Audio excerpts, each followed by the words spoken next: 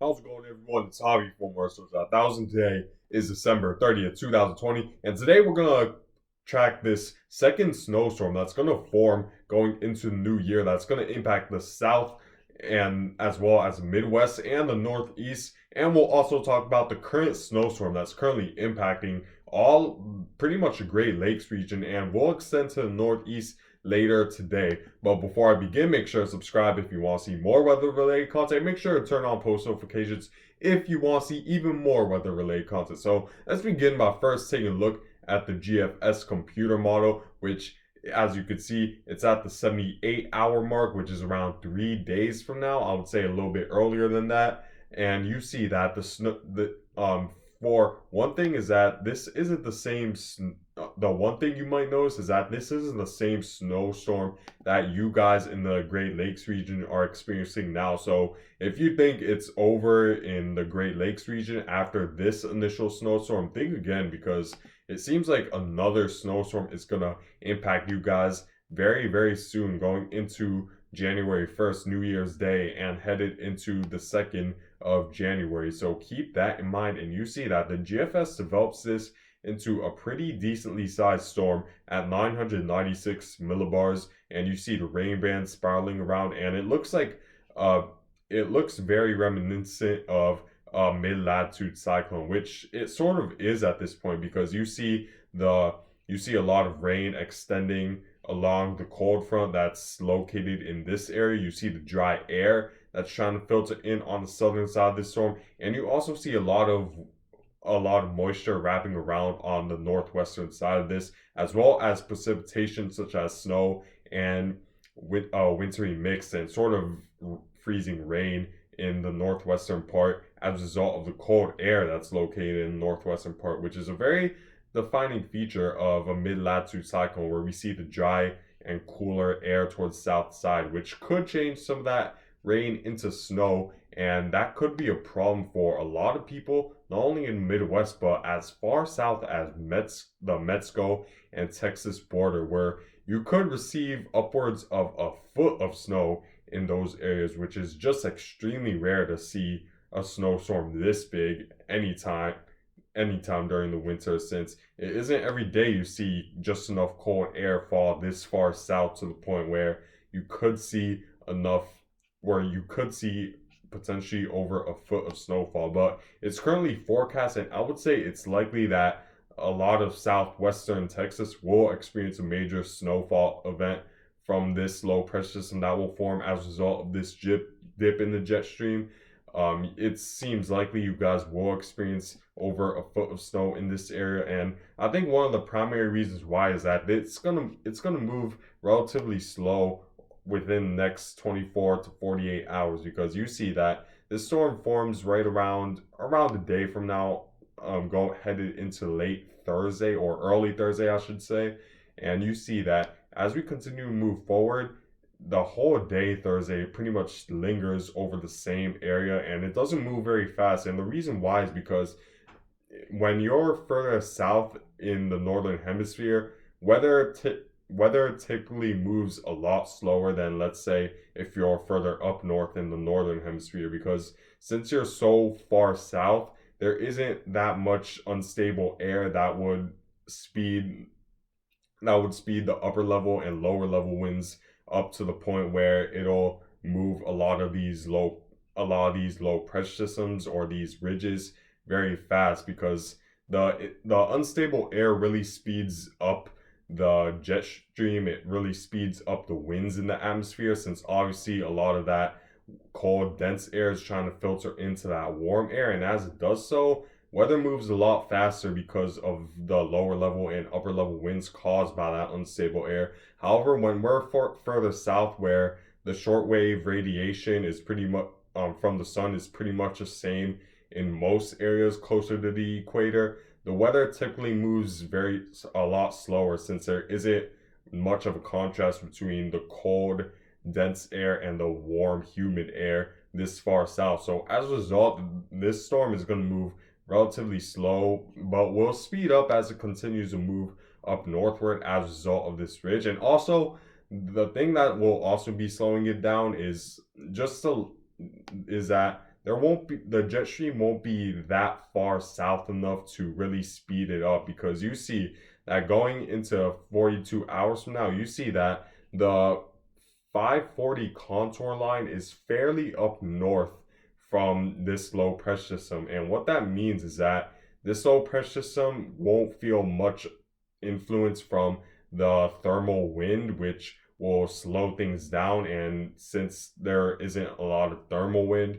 being imposed on this storm, it's going to move relatively slow over the same area. So that not only will cause a heavy rainfall threat through Texas and extending to Louisiana and a lot of the southeast, it'll also create a heavy snowfall threat for the southwest,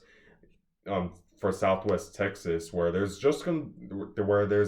be just enough cold air to dump likely over a foot of snow in many areas in southwestern Texas. So you guys need to keep that in mind and definitely prepare as if this is the worst snowstorm you've experienced in your life, because for a lot of you guys it might be record breaking to see a snowstorm this strong and this potent this far south for you guys, and you might not be typically used to stuff like this in the southwest. So it's definitely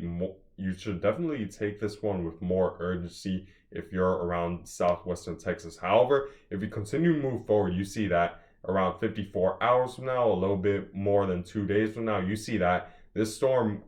will eventually move north very slowly, but it will eventually gain some speed as it gets more of an influence from this jet stream and more thermal wind that's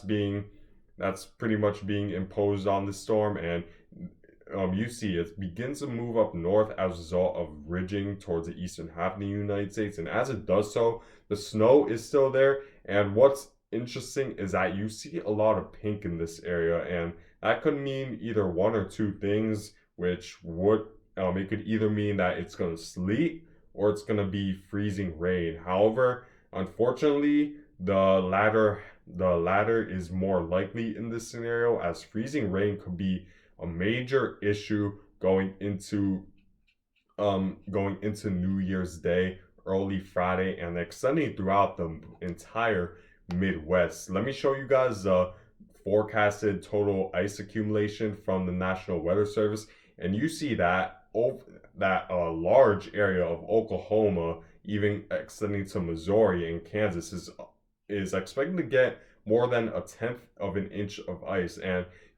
some of you might be thinking that that's nothing. However, a tenth of an inch of ice could cause major problems on the road, and you don't want to underestimate it, because that tenth of an ice accumulation could just cause major problems on the roads, because there's going to be less friction between the wheels and the tires on the roadways, even if it's only just a tenth of an inch of ice. And also that tenth of an inch will accumulate on power lines that could cause power outages, and it could accumulate on tree branches, which will lead to power outages in some areas. So do not underestimate a tenth of an inch of ice, because I would say a tenth of an inch of ice could cause more impact than, let's say, 5 inches of snow, because a tenth of an inch of ice is just very dangerous. And then there are some areas where you could get even more, up to a quarter of an inch of ice in some areas further up northward, where we're going to see more warm air filter into the mid levels of the atmosphere, and just enough freezing air in the lower levels right around the surface to cause a little bit more of a freezing rain threat with this, associated with this low pressure system, than what you typically see with other winter storms. So you definitely need to be watching for more ice than usual, because this will cause major impacts throughout the Midwest. And this won't only extend throughout the Midwest, it will extend to even the Northeast, where you could see up to a tenth of an inch of ice in some areas. More specifically, the higher elevations are more likely to get it. However, even extending to Chicago, where you could experience a major ice threat, where up to a quarter of an inch of ice to maybe a half an inch of ice. So actually, now since I'm reading the map, I'm seeing that that if you're in the blues, you could receive up to a quarter of an inch of ice, which is just very dangerous. And I don't want you guys to underestimate that because, again, a tenth of an inch or a quarter of an inch of ice is definitely not something to play around with, and that could cause just major damage and a lot of power outages throughout the region. And do not and while it might seem like it's raining, the chances are is that it's going to be freezing rain, and a lot of times you can't see the ice on the roadway, so you can't underestimate an event like this. And make sure to stay indoors if you know it's freezing, if the rain is freezing on the surface. So keep that in mind because ice will be a major threat with this storm. But back to the GFS model, in terms of the timing of this, you see the ice extends to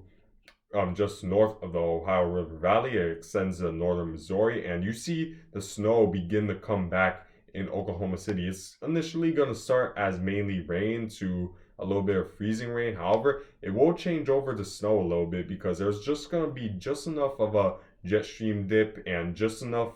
of cold air moving southward to the point where a lot of that rain and freezing rain will all change over to snow, as there's going to be just enough cold air in the mid levels of the atmosphere at this point to the point where it won't just be freezing rain, it's going to be snow, and it's going to change over, and it could accumulate on top of the ice, which could make it even more dangerous in Oklahoma and in other counties and states as well. So keep that in mind. And then the snow extends to the northwest, and then you see the snow impacts the same areas that are getting impacted right now with snow, and already received close to a foot of snow in some areas in the Great Lakes region. So it's going to be quite a difficult time to travel right around New Year's, because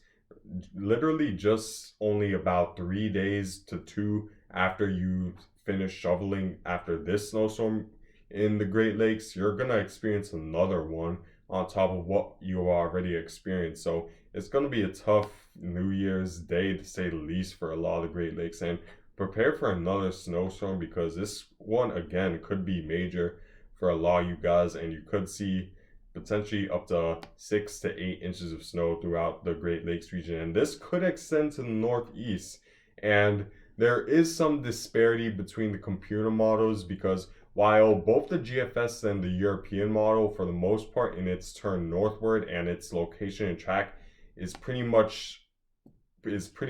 identical around this point, because you see at around 1 day, around 2 days from now, you see the GFS is right around northern Texas at 996 millibars. If you compare the European model in this scenario, it's pretty much at the exact same location at the exact same time. Maybe the European is slightly weaker, but it isn't anything major, as there's pretty high confidence with this forecast that we're going to see snow and a heavy ice accumulation all throughout the Midwest. However, the uncertainty grows as we head to the northeast, and it's interesting because if the European model is right in this scenario where the low pressure lingers a little bit further south, that means that there's more likely we're going to see more cold air filter in further southward in the northeast, which may allow for more snow or ice accumulation further southward to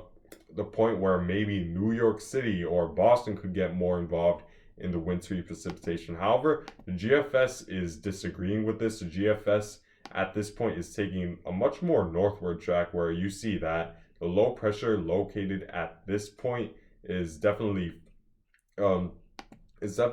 puts it far north than where the European puts it at the same point, and that means that we're more likely to see more of a rain event throughout the southern northeast states and more of an interior northeast threat for the most part. However, in terms of the total snowfall you could expect from this storm, from this second snowstorm, on top of the additional snowfall that's forecasted for with this initial snowstorm you guys are experiencing in the Great Lakes region, you see that I'm expecting 12 to 24 inches in an isolated area in Texas, just to the east of El Paso, and right around pretty much the border of Mexico and Texas, where think about that, 12 to 24 inches. That's 1 to 2 feet of snow, guys. That's just a lot of snow. That's a major snowstorm. And this is in the south. This isn't in like Minnesota or right around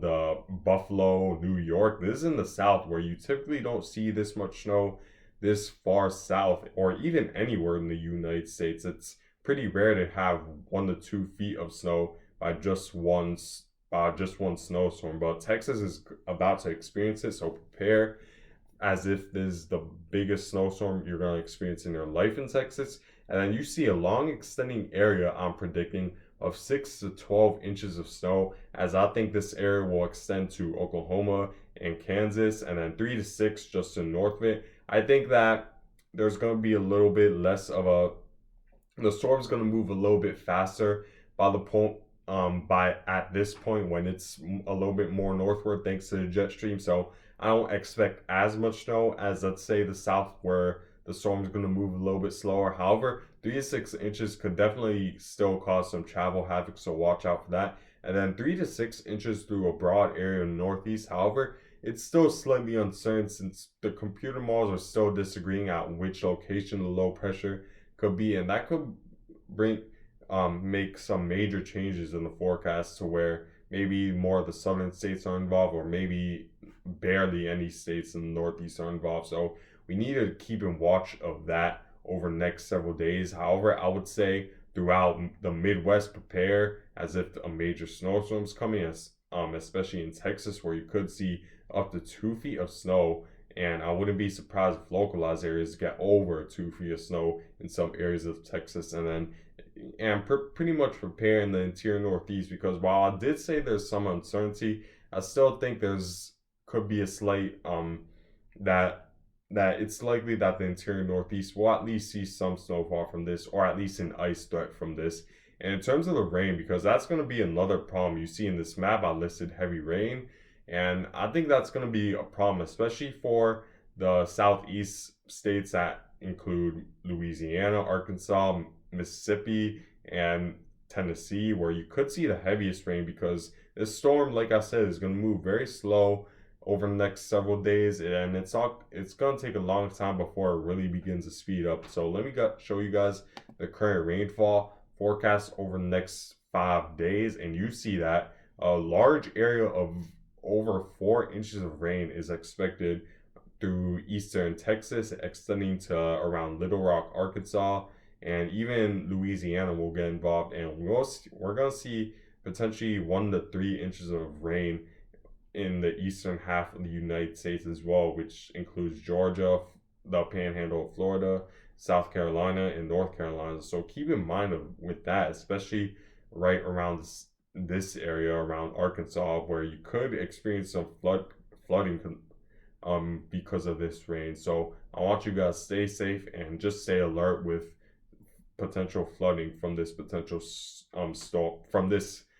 inevitable storm that's going to happen. But anyways, guys, I thank you guys for watching. Make sure to subscribe if you like this content. Make sure to turn on post notifications if you want to see more. And I hope you guys have a good day,